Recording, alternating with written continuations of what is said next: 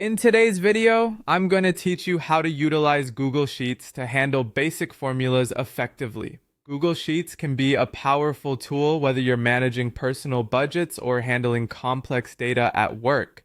To get started, first, make sure you're logged into your Google account. You can do this by opening your web browser and navigating to Google's homepage. Just enter your login credentials if you're not already signed in. Once you're logged in, look at the top right corner and find the Google Apps icon. It looks like a small grid or a square of 9 dots. Click on that icon and a menu of apps will pop up. From these, go ahead and find the Sheets icon. Click on it to open Google Sheets. On the Google Sheets homepage, you'll see various template options, but for now, let's stick to the basics. Click on the plus blank template. This action will open a fresh new spreadsheet where we can begin our work. At this point, you might be wondering what makes spreadsheets so powerful.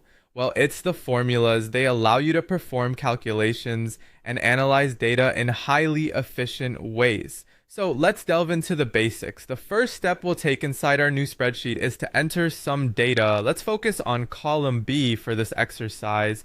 Choose a few cells in column B and enter some numbers. It could be any set of numbers you choose. Just click on a cell, type the number, and press enter to fill the next cell. With some data entered, we can experiment with our first formula, the sum function. This tool allows the sheet to add up a range of numbers automatically. Click on cell B6 and type the following formula. SECs sum B1, B5. After you've typed it out, press enter. You'll see the total of the numbers from B1 to B5 in B6 instantly.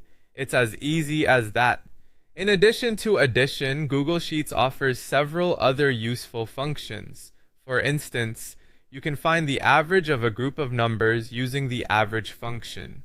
To do this, select a new cell, maybe B7, and type average B1, B5, then hit enter. Right there, you'll see the average appear, calculated in an instant.